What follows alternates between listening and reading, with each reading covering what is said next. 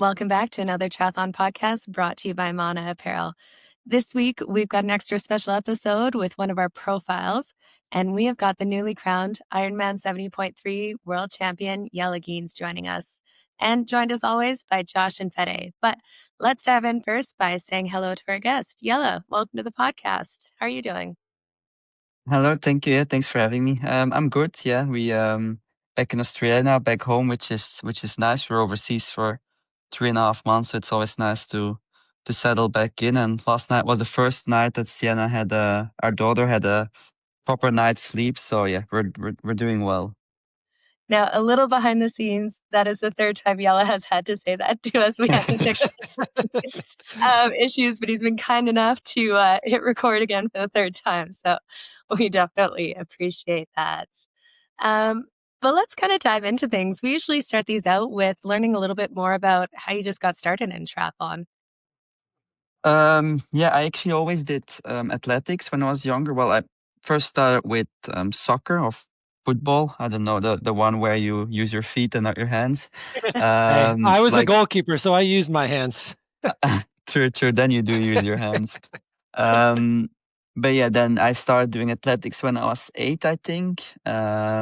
Combined a little bit with soccer as well, but then just went for athletics. And I knew about triathlon because my dad used to do it. Like quite like just as an age group, but like having fun doing triathlons when he was older. I think he was like 36 when he started or something.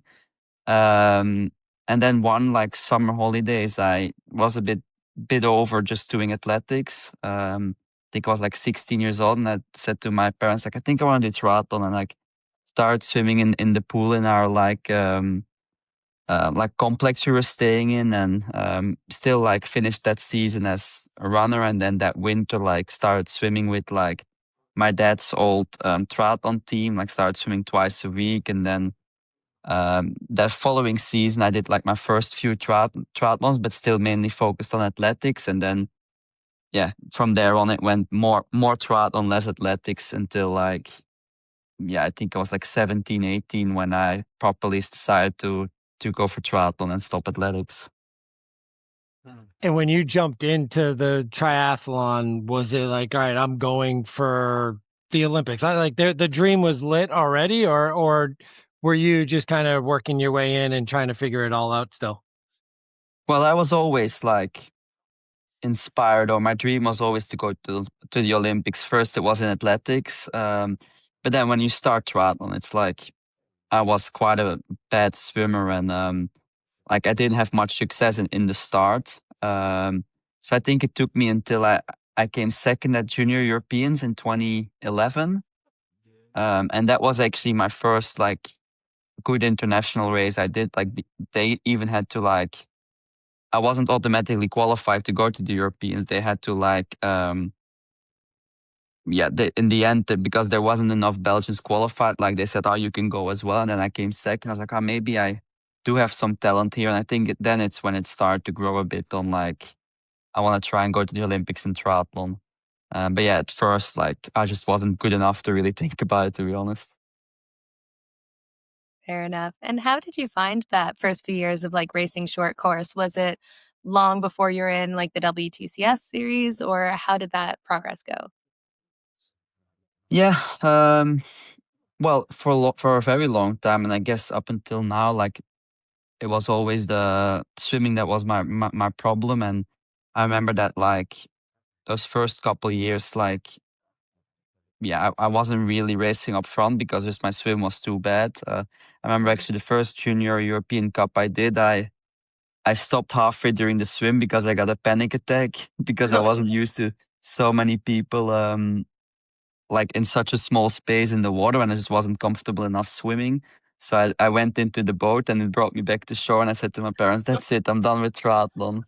So yeah, it definitely came with it ups and downs. And then I went through the junior ranks, had some success there, like second at European juniors, and I won like a couple junior European cups. And then stepping up as like under 23, I noticed that my swim really was a weakness, and really worked on it. And those early years, I always had like some success every year, but a lot of races also were quite bad. And I wouldn't be there after the swim, and like basically race was over after the swim, and then I would be there, but I have a bad run. Like, but then a few times every year, I would like it would all click, and I would podium European Cup or podium World Cup. Or in 2015, I came 8th in the grand final as well. I was 22, like quite young.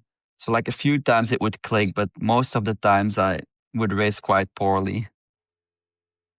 I wanted to ask you, like, during your short course days, to me, you are one of the most talented athletes that could have won an Olympic Games, but you know the stars didn't align.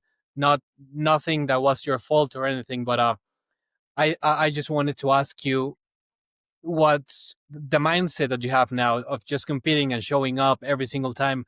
Was that something you developed as a runner, or was that something you started when you started doing triathlon? That no matter what, I'm gonna show up, and I'm gonna train hard, and no matter the result, I'm just gonna put all of my eggs in the basket and see what happens. Yeah, I think it grows over time. I think I've always just loved to train, so it was quite easy for me to just train and having fun doing it. So that never was really an issue. I think when you're younger, I think more like when races don't go how you want, it's quite disappointing. And it's maybe, like I said, that first Junior European Cup where I stepped in the boat, I was really thinking, okay, that's done. I'm gonna stop triathlon. This is not for me. But then I guess I just loved it too much doing it, and like those few successes I had really like helped to like maintain the confidence that I could be good. And like also after like disappointing races would like make me keep showing up on training or on racing, with always with like the intention of like the Olympics, I guess, in the beginning. And once I reached that, to just try and win races. So I've never had a lack of like motivation. I think it was always there. I think I'm now someone that's quite good at if I have a bad race or a bad training, to just get over it and just keep going and like believing in myself. And I think now as well, with like having my family and having stuff outside of triathlon, I think it helps a lot as well to like just puts it in its perspective. Like, yeah, triathlon is very important for me. It's my job. It's like our whole lives basically often evolves around it, but there is still like a lot else in life that's fun and yeah, that keeps you going even after a bad race. But I think it definitely progresses a bit where, like when I was younger, if I had a bad race or a bad training, like it could stay with me for a bit, and like it would, like I think people around me would definitely notice in the days after that I wasn't happy or that I was struggling. You describe it like with all these struggles early on in the short course and stuff. So it's crazy to think that this kid who struggled swimming and struggled in the short course has been to 3 Olympics, and like you've been to the top of the game and seen it all in short course. And now all of a sudden we're witnessing you over the last year and a half, 2 years doing what you're doing in the longer course. Like, is there a piece of you that wishes your short course career ended a little earlier, or like, or is it something that the Olympic dream was just there and you had to go give it another shot? Yeah, looking back at it, for sure, I think I would have probably wanted to go to middle distance earlier, but then probably if I had done that, I would be sad that I didn't give Paris a shot. I think I would like not like, because Tokyo, I think I was in a really good shape there. I think, yeah, I believe I could have medaled there in that race, but I got COVID just before and I couldn't go, and I only was able to do the relay. And then I said to myself, like, okay, I have to give Paris my all and see if I can medal there. And I actually was struggling that year before Paris, like mentally mainly, because 2022 was actually a really good year for me. I was really consistent. I came 4th overall in WTS and I podiumed to grand finals. So it was a good year, and consistency was always my problem in short course. But that year I was quite consistent. And then 2023, I actually had quite a bad year. I wasn't consistent at all, only had basically 1 or 2 good races, and I wasn't too sure why. Like training still was going well. I was doing the same things as I always did in training, but then racing it didn't click. So that winter I actually had like quite a bit of struggle mentally to stay motivated. That's also why I ended up doing 70.3 Oceanside, because I needed something else to get motivated. But yeah, I think if I would have like switched after Tokyo, I think now I would regret it and saying like, what if like I would have gone for Paris? So it's always easy in hindsight. But yeah, I'm just happy now that it's going well and that I have made that step, and that it seems that consistency that I didn't have in short course, that I do found it in middle distance racing. So yeah, it's always easy afterwards, but I think, yeah, I needed to give Paris a shot. We're going to have to go back a few episodes, even ourselves, because I think this man Fed was one of the first ones that called you as somebody to watch out for in this distance. I remember the episode. I'll have to find that, but he definitely was like, That's we got to cool. watch out for this yellow kid. Hey, I've been Yeah. following along for a while, man, and I know you were heartbroken in Tokyo with the COVID, but I had you as my favorite on that race. So Cool. yeah, I've been on Yeah, I the think Jerry I was in really Geens. good shape there. Because Marte came fourth there, right? Marte van Rielen, and we've trained a lot. Well, we did train with Joel together. I definitely think I was in a similar, better run shape. But yeah, it is what it is, like no point in looking back looking back to it sad, and like, yeah, it happened. Yeah. Yeah, and actually, speaking of Martin, you guys have had a few races against each other over the years with the short course and the long course. How has that kind of evolved? Obviously, now you guys are kind of at the top of the middle distance racing at the moment, going between 2E100, the 70.3 World Champs. Are you guys? How does it feel, kind of racing more head to head now, almost like for the top spots? Yeah, I've known Martin a very long time. Like that European Championship, I came second in 2011. He was there as well already. Came like 13, maybe 14th. So yeah, I've known him a very long time. Like, yeah, we trained together with Joel. We've lived together in Girona, so like we're good friends. And then when he left Joel, like we split up a bit, but I still hear him a lot. We have a group chat with Aaron Worrell, Marta, and me, where I guess we talk daily, basically.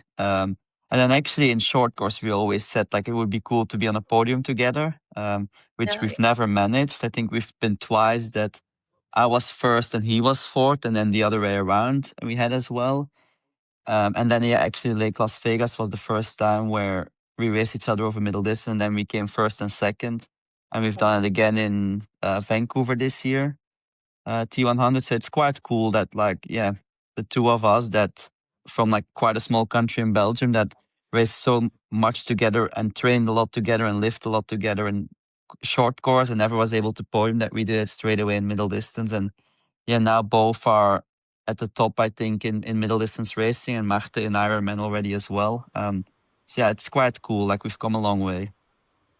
What was your mindset going into Vegas? Because that was kind of shortly after Paris, right? And you're coming in. Martin's had the year that he's had, undefeated, and here you come, and probably with a lot of confidence, but not many people talking about it. And then all of a sudden, you get on the hills of those golf course, and he couldn't keep up.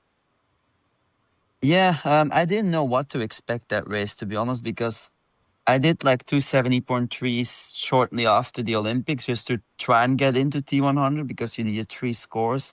Because I did Oceanside in the beginning of the year, I needed 2 more.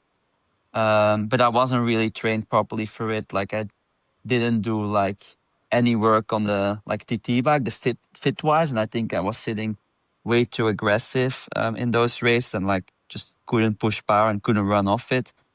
But then a lot of changes happened actually after that. Like, I changed coach, I did do some aero testing, and like it started to click in training. I could feel it already, but still, like I had no idea how it would stack up against like the T100, where especially for me, I wasn't like the bike level is gonna be so big there. Like, I probably won't be able to follow on the bike and just have to do damage control on the bike and then see how fast I can still run. And I was like probably hoping for like a top 5.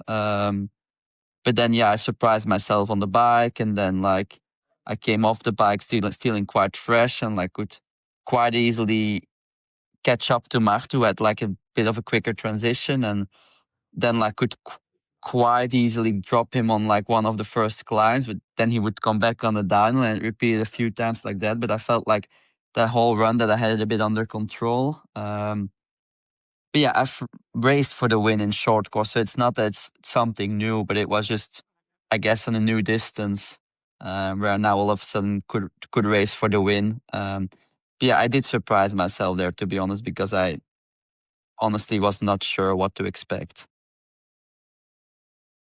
Yeah, absolutely. And so you haven't been in the longer distance, the middle distance for very long at this point, but you've been incredibly successful at it. How did it feel going into that first 70.3 World Championships, like being still fairly new and you hadn't raced all of these competitors yet and facing them on the world stage? Yeah, that was also a bit an unknown, I think, especially because after Las Vegas, like we cleaned up our house in Girona and moved over to Australia with the family. So it was like quite a busy period of like packing up the house, selling a lot of stuff, like giving stuff away. Because we lived in Girona for 4 years, so you get quite a lot of stuff in 4 years, and then fly to Australia. Then we stayed with Kate, my partner's parents, until Taupo, and we had lots to arrange here as well once you were here. Still did all my training and felt fairly good. Like it was a bit hard to really judge training because it was also very warm here at that time. And I was struggling a bit with the heat in the beginning. So like if you would ask Aaron or Marta, like I wasn't probably too confident going into Taupo. But then again, like I went into the race like wanting to fight for the win. I knew like Hayden and Leo were probably my biggest competitors, or like a Rico or Kyle if they would get away on the bike. But then early on in that bike, like you could feel that no one was getting away. Like it was too close, and with the 12 meters, like on a Yeah. fairly flat course, it was like, no chance of anyone going away. And then on the run, at one point, I was settled for second. I thought Hayden was gone, but then, he blew up like he did, and all of a sudden, I was running in the lead. Which it was crazy. A few, like 3-4 months before, I was still a short course guy, and then now I won first T100 Las Vegas, and then Ironman 70.3 World Champs in Taupo. It was quite surreal, and then that's when I thought how maybe I should have done this a bit earlier. One question I had with that race was it was pretty out there that Hayden Wild had a pace that he wanted to set and a goal time he wanted to hit. Had you heard about that beforehand, and did that affect any of your training or race day, kind of knowing that he was like dead set on getting this time? I've heard. He definitely said it a few times, so I picked up on it, and it didn't change my race tactics. Like I knew I was probably capable of running like a 66, maybe a 67. I ended up running a 67. It was not the flattest course either on the run. And actually it was Marten van Riel who told in that same WhatsApp group, we talk a lot. He's like, if Hayden is really gonna go out at that pace, I think he'll blow up, which he ended up doing. But for me, it didn't really change much. Like I went into the mindset, like if he runs that 65 or whatever he said, like I won't be able to do that. And he's like, fair enough. He will win the race because I don't think anyone can do that. And if he doesn't, like we'll have a run battle. Like if he would run out a bit slower, I think it would have been a good run battle between us. But he ended up trying to go for that sub or 65 or sub 65. I'm not sure what he said anymore. But then I guess paid the price at the end where he really slowed down a lot. Speaking about that race in Taupo, a lot of people know how good of a runner Jelle is, but I don't think a lot of people give you enough credit on the bike? Because to me, well, to us three, we know you can keep up with anyone on the bike. And one thing is to have the run speed that you have, and another thing is to be on a group with that much firepower and then running off the bike the way you did. Did you approach that, especially that race in New Zealand, differently? Like, were you trying to be a better cyclist and then just conserving your run speed, or were you more were you approaching it more of I'll just run away from everyone? No, I think when I did change coaching from Joel Filio to Ben Russell, who is my coach now, like our main focus was the bike for sure, because in middle distance, I think it was the weaker of my three disciplines, especially on flat courses with my weight is sometimes not so easy against those like powerhouse that weigh 15 to 20 kilograms heavier.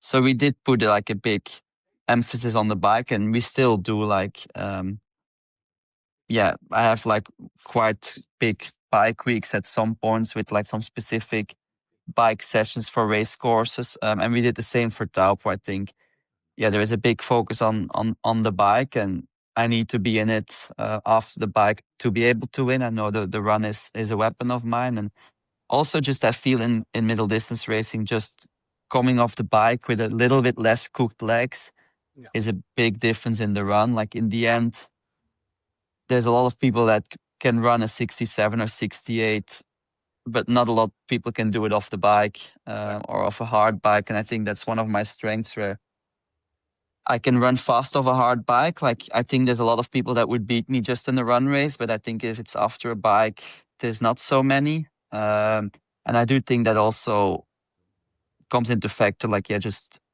being as strong as possible on the bike will also make you run faster. And for me, it's still a work in progress. Like not every race I end up coming off the bike in front, especially in those T100 races where it's a 20-meter rule. Sometimes and on the flat course, it's sometimes not so easy for me. I really need to have a good race and good power to be able to stay with like a Rico or a Hayden on those flatter courses. So it's still a work in progress, and I feel like I still, make progression for sure. And Taupo actually was a race where I pushed good watts and actually felt really comfortable, and never at any point in that bike was thinking like I'm gonna have to slow down or I'm gonna have to let the group go. I actually felt really within myself that whole ride, and was fairly confident I would be able to run fast off it, because I just felt good that day on that bike ride.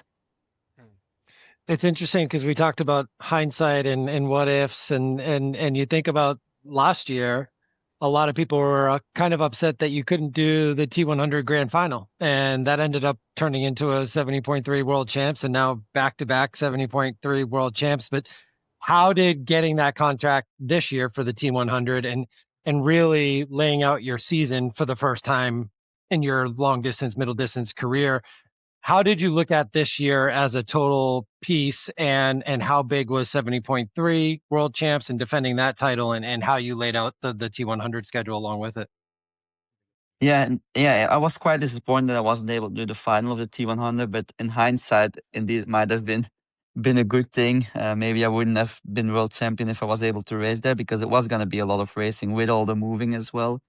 But then coming into this year, like I knew I had the contract, and T100 was is a big focus for me. But I also really want to be well at 70.3 Worlds. Like I wanted to be in the best shape possible to defend my title. Like it was very important for me as well, and that's why we actually made the plan to do quite a lot of races in the beginning of the year, and I did all the T100 races up until the one in Oropesa, the Spanish one.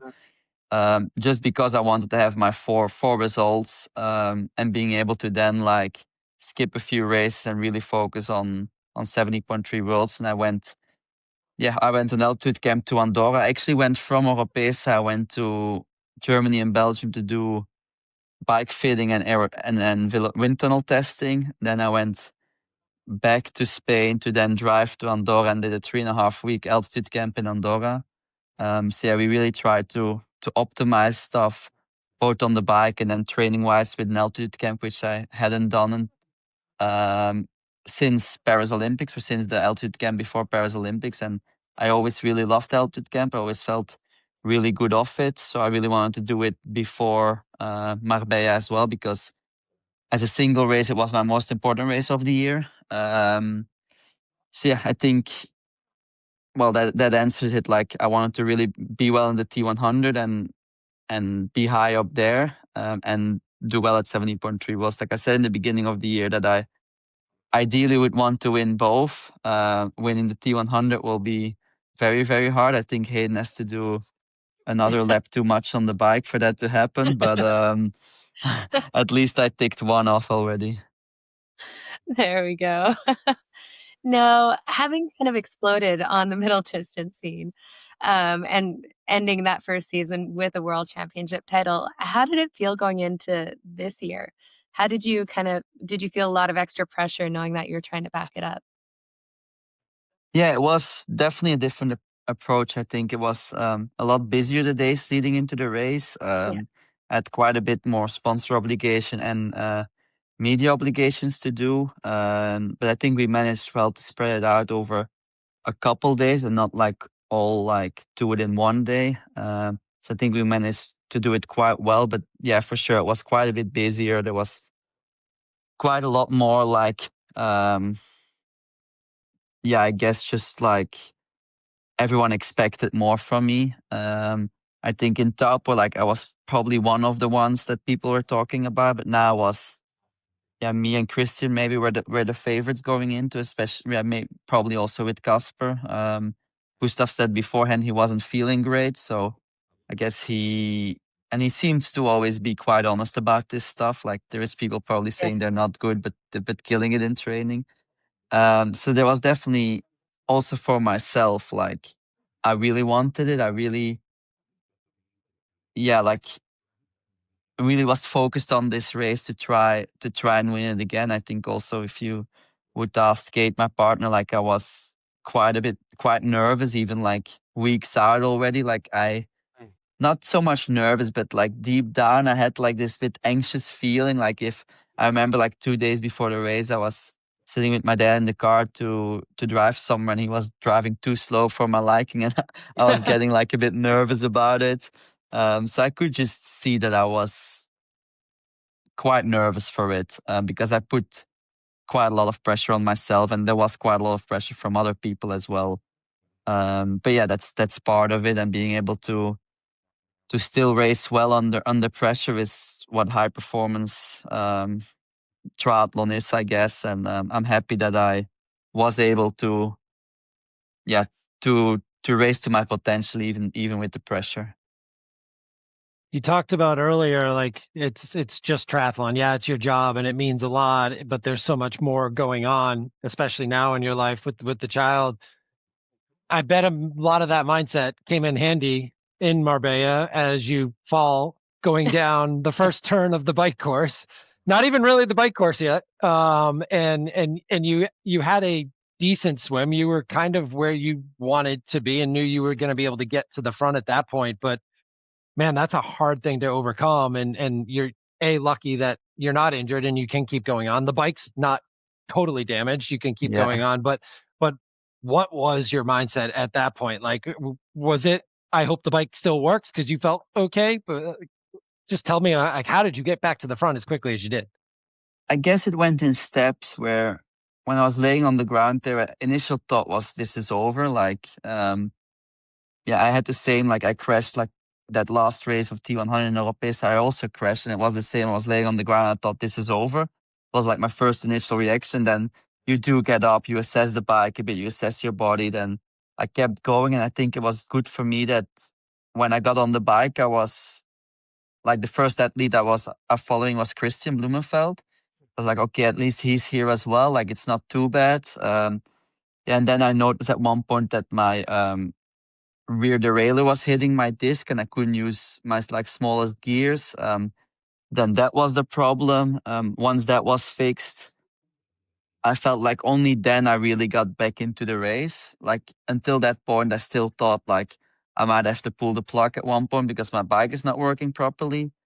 So yeah, I definitely came in stages. Like I definitely not straight away after I crashed. I was thinking I'm still gonna win this. Like it really came in steps, and slowly I was more back with my mind into the game. I think it took me until the top of the climb basically to really think to myself, okay, I still have a shot here and I'm still in the race. So yeah, it was a bit of a roller coaster at first, like 15, 20K on the bike for sure. Do you think that course played into it? Like with that elevation profile, do you think that really helped you get back as quickly as you did and help that mindset? Yeah, I think for sure. I did make up quite a lot of places and spots already on the flat in the beginning. I just felt quite strong on the bike, to be honest. But it's easy to overtake a lot of people when it goes uphill because, yeah, if you push a lot more power there than the others, like it goes quite quick. And I do have the advantage there that I am quite a lot lighter than a lot of the other people. So when I'm pushing 340 or 350 watts, like a lot of people have to push over 400 watts to ride as fast as me up a hill. So it definitely helped that I had that whole bit to come, like first to catch back to the group, then to overtake most of the people, then to be able to bend back my rear derailleur a bit so I could go on my smallest rings and then ride up again. It definitely helped that it was uphill and that I had, I guess, quite a bit of reserve there compared to other people that were maybe more on the limit than me on that climb. Yeah, and once that happened, it sounds like Casper Stornes gave you some advice or encouragement when that did happen. What did he tell you? And would you do the same thing for a competitor that it could be one of your main competitors to win? Yeah, he already actually I think he was one of the first ones that was behind me when I crashed, and he already then shouted something like "keep going, Jelle" or whatever. And then when I overtook him at the start of the big climb, like he asked me how I was, and because obviously he saw that he saw my crash, and I said I'm okay, but my rear derailleur is bent or something. And then he said, just go to the front and stop at the top of the climb, bend it back, and you'll still be in the group. So I was like, okay, that's actually not a bad idea. So then I did. I stopped, like the climb was like in two stages. So I stopped on the first bit just before the downhill, and then I had the second climb to overtake a few people, the spots that I lost again. But yeah, actually was really good advice because you go a lot slower. So like I only lost probably 2 or 3 spots by doing this like quick stop. So yeah, it was very, very kind of him, very nice of him. I don't know if he would have done it knowing the results now, but I feel like it speaks for him. Like I feel like he did it because he wanted to race me and he wanted to, obviously, to beat me, but he wanted me to be there, which I really appreciate. And to be honest, I'm not sure. Like if I would if I would have that advice in that moment. Like obviously, I'm also someone who I thrive out of racing the best in the world. Like I don't like doing a small race where there's no one there and it's an easy win. I prefer when it's a win against the big names, against the Norwegians. So I would want, if like it was Casper or Kristian that was falling, I would want them to still be in the race, but I'm not sure if I was gonna be able to give that advice at that point in time, because in the end you're still like in your race. I feel like I'm not sure if I would have like that mind to go there at that place, where I would maybe stick more to my own race and my own pace and plan. It says a lot about him, especially coming from the Ironman world champ and what he had probably been through and all the interviews that you went through, he's going through as well, coming off of what he did in Nice, right? So really kudos to you guys in the community that you've all developed as professional athletes in triathlon. We talk about it all the time. There aren't many sports that we get to share the same courses with and B, just approach. And I mean, I sent you a DM to start this conversation and you answered it and said, yeah, I'd love to come on. So you don't get that often. So, I mean, I do believe if you were in that same situation, you'd probably say something and keep the guy going. It's just how you guys are. Yeah, I think it actually makes triathlon fun at the moment. I feel like, yeah, you race each other when you're in the race and you want to beat each other, but I think it's quite friendly and fun besides the race. I know Jan Frodeno once gave me slack for it in a T100 race because I had that mindset. But for me, it just makes racing a lot more fun. And maybe I'm not the killer that some other people are, but that's just not who I am, I guess. Yeah, and then it's good you have the blue tick because I had a lot of messages. So it was the blue tick stuck out and I could see it. Perfect. Well, I mean, I think it goes to show that triathlon is in a good place right now, because I think the common denominator right now is that every single one of you guys who is at the top of the sport wants everyone that's at the top of the sport healthy and ready to race at every single start line. It's not like you guys are shying away or finding races where Hayden's not racing or Martin's not racing, or you want everyone there because you want to prove you're the best. And I think that only brings the sport to the level that we want it to be. So I think this generation of athletes is taking that step towards making the sport super competitive and like in a healthy environment of safe competition, and everybody respects each other. Yeah, definitely. I think it also comes from feel like we all come from short course, and there you have the WTCS circuit, and you do race each other all the time, every race basically. So yeah, I think we all come from there, and yeah, just I think we all agree that it's like more fun for me to win a race against Kristian and Gustav and Casper than if they're not there. So it just it means more the victory, I feel like. And of course, you're not maybe gonna win as much as if you try to go for the smaller 70.3 races. But yeah, it makes it a lot more fun, and I feel like that's what motivates me in training as well. Just racing the best in the world, and it doesn't really motivate me to try and dodge the best in the world and just getting as many victories as possible. I prefer to maybe then have a few big ones over, quality over quantity. There we go. Now, let's get to the part that had everyone on the edge of their seat for the back half of this race was that run with you and Kristian Blummenfelt basically shoulder to shoulder for most of it. And you saw a couple times one of you would push off the front, and then it looked like you had some cyclocross tactics going on, taking some of those corners to your advantage. What's going through your head during a run like that? You guys are both in the fight for the world title. He's won a gold medal. You've won the last 70.3 worlds. Like, where's your head at during that? Yeah, my head really was in that race, I think, like trying to figure out what the best tactics is to beat him. Because it wasn't an easy race. It's a lot easier when you run away and then you just have to make sure you keep eating, keep your energy levels up, and make it to the finish line. It really got into like a very tactical run, with Kristian not really wanting to do any work, and it was quite windy out there. And then I didn't really want Casper to come back easy Yeah. without like putting too much effort in.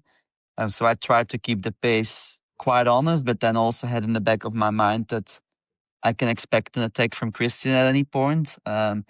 And I think, and he said it actually on mine and Aaron's podcast, that he also was thinking about this race battle we had in WTCS in Yokohama in 2021, where I was probably running in front for 8K with Kristian breathing very loud behind me as if he was gonna have to stop at any point. But then with like 2K to go, like accelerate, and I just couldn't follow. So I think we both were thinking about this, and he was thinking like I can do the same thing, and I was thinking I need to be ready for when he does. And actually, I was thinking he would attack maybe a bit early with like 5 or 6K to go, because that's what he did in the 70.3 in Aix-en-Provence. I think he went with like 6K to go, like a big attack, and dropped Casper, and I think it was Simon Vien.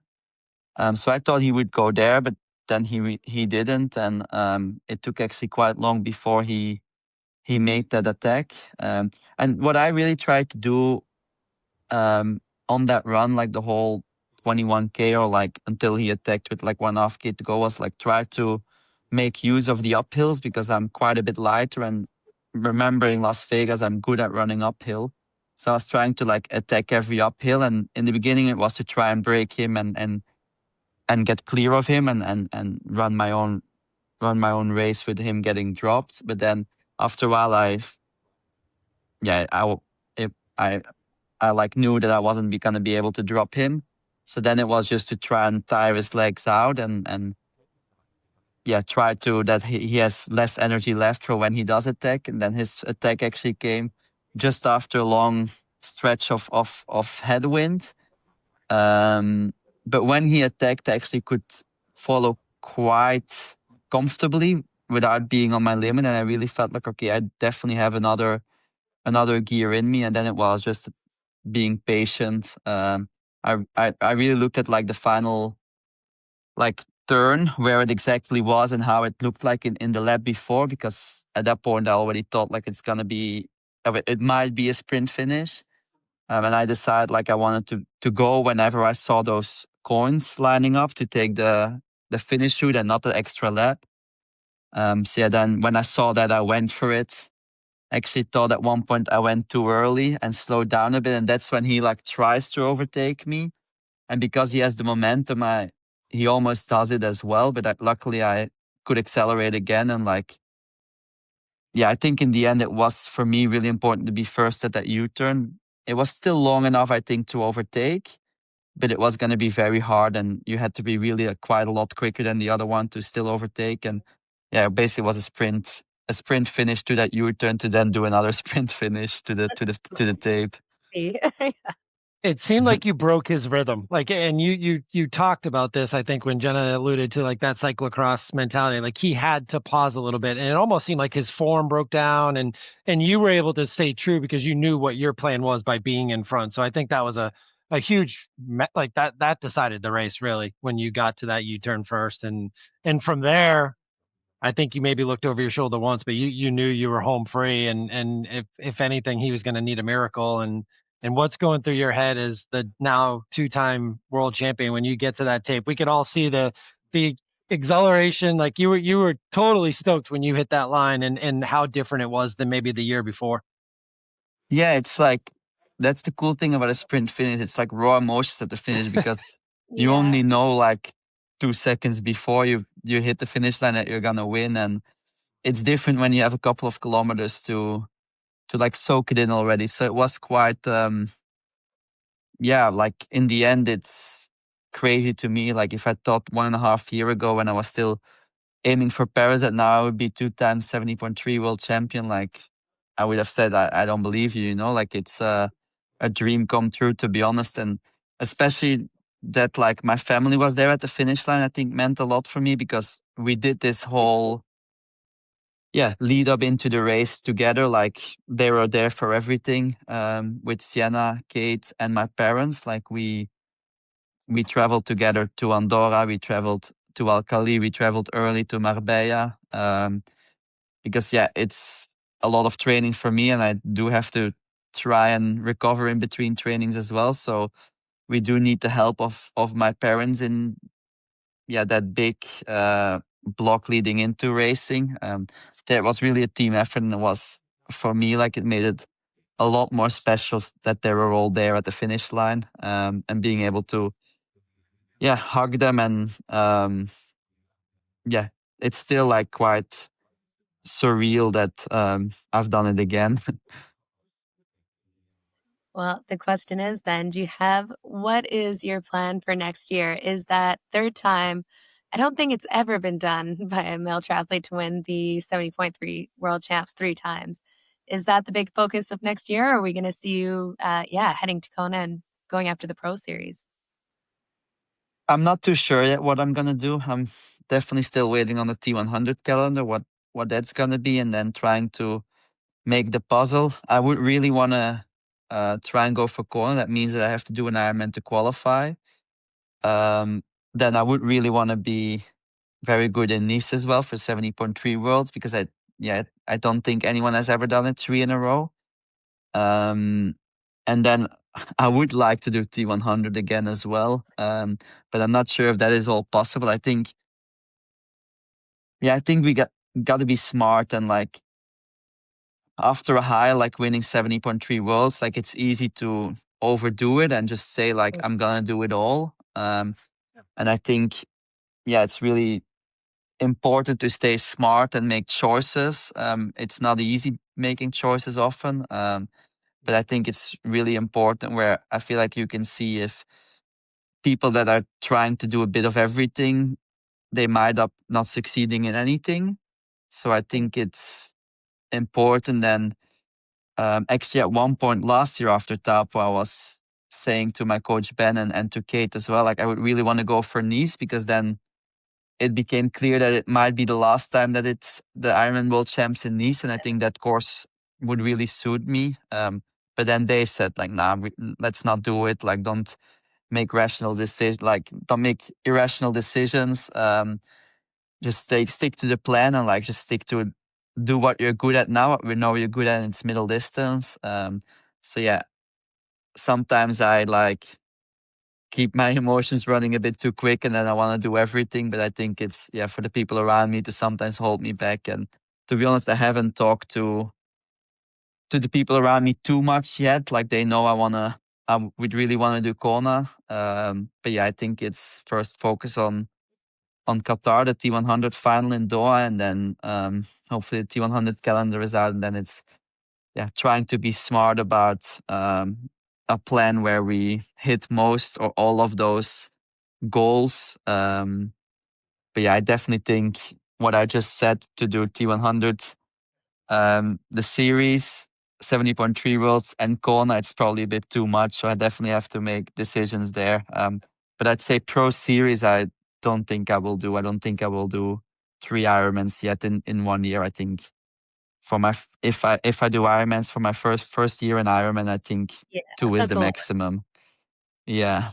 Do you have an idea of what Ironman that might be? You're just going to go to New Zealand with everyone else in the world and make another world championship out of nothing? To be honest, I don't think so. I think because this season is so long, that it's a bit too quick maybe. And also I'm not sure if starting with a Ironman is the right call, because we don't know how I will recover from it and what it will take. But yeah, like I said, never say never. Who knows? I'll be in top, but I don't think so. Um, but I don't know which other one it will be. I really have no idea. I think there's quite a few you can do to still qualify for Kona. I think then it's just like picking the one that makes the most sense in the calendar, and also has, like, I guess, enough spots to qualify. Maybe it's not smart to go to a race that only has one spot, because then I guess nothing can go wrong. And I've never done one, so I definitely will probably make some mistakes at one point in that 8-hour race. But yeah, I think there's a lot of, like I said before, I thrive on the bigger races. So I would love to do a big Ironman to qualify, because that's what I just like. And that's what would motivate me in training, and not just pick one out that just to qualify. Like, I do want to go out on that first one and prove to myself and to others that I can also be good at Ironman. Yeah. Well, today I wore my All Blacks jersey to get into your psyche, to persuade you to get to New Zealand in March, because I mean it'll be cool to see the Topo World Champion and then go ahead and win the full there, and then win in Kona and win it in Nice. But then again, like you I would said, sign for that. yeah, you don't wanna burn your wings flying too close to the sun. So I totally understand. Well, the good thing, or the easy thing with Taupo, is that it's only a 3-hour flight from where we live in the Gold Coast. 3-hour flight plus a 2.5-hour car trip or something. And I've been there, so I know it there. Like, I've good memories there, obviously, by winning 70.3 worlds there. I'm just not sure if, like, I'm ready for an Ironman in, what is it, the beginning of March. It might be a bit too quick, I reckon. because Yeah, I feel especially also like after racing Qatar, middle of December, I will need some time to just chill and be with the family and go to the beach and have a normal person's life. At least for a couple weeks. Yeah, and well, yeah, indeed. Well, we like to do some kind of quick fire questions with our pros that we have on the podcast here. Nothing too crazy, but we'll start off with what's the weirdest thing you've ever eaten during a race or training? Now, this could be like you've done a long bike ride, you're bonked and just need to get anything in. Have you ever grabbed something odd? Good question. No idea. Fair enough. Candy at a gas stop, but it's Car- nothing crazy, you know? Like I would just go for the quick sugars like an ice cream or candy. Mm. In a race, definitely not, because I've done short course for most of my race and you just need 2 gels basically. That's it. Um, so yeah, maybe I need to do an Ironman and really bonk and get There- something weird from the side of the road to be able to give a funny answer here. well, we'll have him back after his first 6-hour, 7-hour rides to train. Sounds Yeah. good, yeah. The next one is if you had to race a triathlon with another pro, who would it be? And this could be someone who would make you go faster, or it could just be someone that you want to spend the 8 hours that it takes to do a triathlon with for the day. Mm, well, I've actually never raced against or with Jan Frodeno, so it would be cool Oh, there you go. to do that. Or like some of the like Luc van Lierde or Frederick van Lierde, like the early Belgian Ironman legends. Yeah. That would be cool as well. That'd be very cool. Definitely get to hear some good stories over those days. They were a bit more wild. Yeah, I would imagine. They probably would have eaten something weird in a gas station at one point. Oh, Yeah. yeah. From what I hear, the after parties were a lot more lit up too. Can imagine. Little different recovery process. Yeah, totally. Now, we usually ask if triathlon had a fourth discipline, what would you add? And I think you answered, was it steeplechase in Yeah. Marbella there? Is that still your Y- answer? If that would give you an edge over everyone else? Yeah, but then I'm not. Well, I need some practice though. But yeah, I used to do steeplechase when I was younger and was Belgium champion once, I think. When I was like 15 or 16 years old, it was 2,000 meter steeplechase still at the time. But yeah, I've always loved that. So I'm not good at any like ball sports or anything like this. So that would definitely give me a disadvantage. So I would say maybe this. I feel like some people might struggle more with that like water pit than me.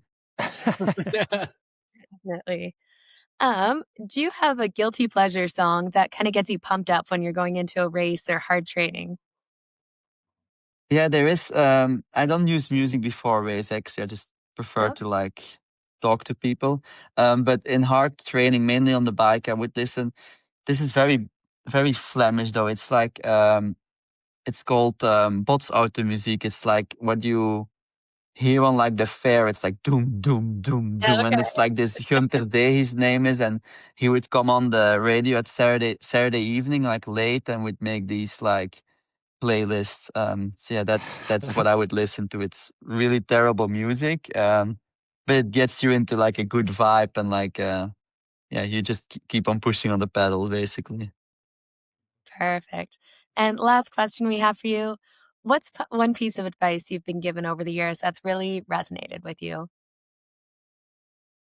Um, oh, it's always a hard one. Like I've been doing this so long, so I feel like I've got yeah, people gave me a lot of advice. I think actually what when I started going into middle distance, like I did a few races with Bart Arnouts, and he's a Mm. good friend of mine, and like he gave me a lot of advice, and his like main advice would always be to be patient in a race. Like he would say, the last 30K on the bike, that's where you can make this is in a middle distance race. He says the last 60K on the bike in a full is that's where like you can really make a difference. And like yeah, if people are too hard in the beginning of the ride, like they'll start hurting there. And I guess it comes back to like also how one like Taupo, like it's that last, like you gotta stay patient and stay within yourself and do what you can. And yeah, I think that really is something that it's not always easy, because nowadays in T100 they start races like it's a sprint distance race, especially on the bike. Like that first 10, 15 Ks can be super quick. But I feel like it's still something that also in Marbella I really used. Like I probably could have gone harder up the climb, but I made the plan to like stick with the group, because it's still a long way to go and you don't want to blow or like spend too much energy or blow your legs up there. So I feel like that's good advice. Like it's a long race, so like stay patient. Perfect. Yeah. And you know what? So people can follow you. You've got your own podcast. If you want to give a shout out to the podcast and where it's easiest for people to follow you. Yeah, me and Aaron Worrell, who used to be a triathlete, now he's retired since 3 weeks. They're all Yeah, we have a retiring, it podcast. seems like. Yeah. Yeah, we have a podcast called All in Triathlon. So yeah, Spotify, Apple, just a normal, not YouTube. We're not on YouTube yet, but yeah, that's where you can follow us. Perfect. And for yourself, where's the best way to follow along with your training and racing? Yeah, I guess Instagram, Jelle Geens, I imagine. I'm not even sure. Or I also starting to do a bit more YouTube. I just released a YouTube video about Marbella. And I have the plans to try and do it a bit more regularly in the future. Yeah, we'll see. It's always good to plan it, but it's harder to do it. But yeah, maybe there as well, potentially. One of those things that comes with being a top of the point pro triathlete these days is that social media world. You got to stay up on top of it. But I was going to say, if you get to Doha and you realize you want somebody to count laps for you, I'll jump on a plane. Yeah, I was usually always quite good in school in math, so I think I'll be fine. You think you'll be able to make it to 8 or however many? I think I'll make it to 8 and not 9, yeah.